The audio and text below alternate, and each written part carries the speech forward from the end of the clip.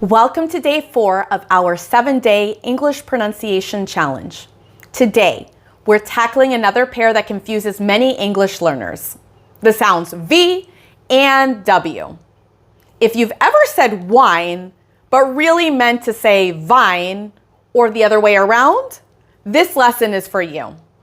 By the end of today's challenge, you'll be able to confidently hear and say these sounds.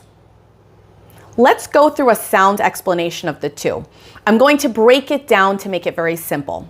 The V sound. Your top teeth for the V sound are going to touch your bottom lip gently, like this. You're going to use your voice, and you should feel a vibration in the throat. Common words with the V sounds, we have van, very, vote, voice.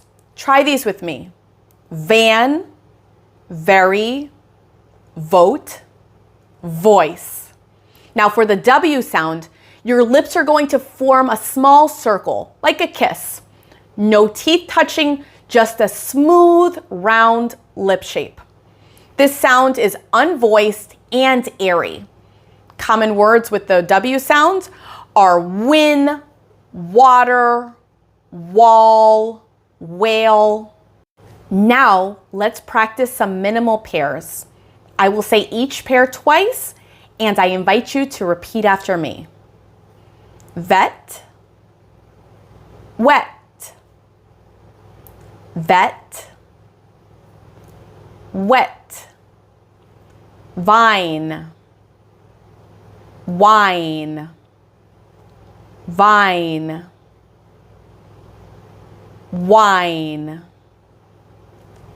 veal, wheel, veal, wheel, vase, ways, vase, ways, vest, west, vest, west, vow, wow, vow, wow, vent, went, vent, went.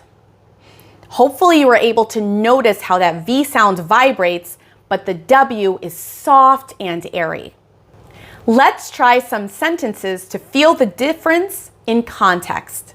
Repeat after me. The vet waited in the wet room. She wore a vest in the West. They voted before it rained. He views the whale from the boat. I veer to the right when I walk in the water. A quick tip for you. Place your fingers on your throat. Say the word vet. I want you to feel the vibration on that V sound. Now say wet.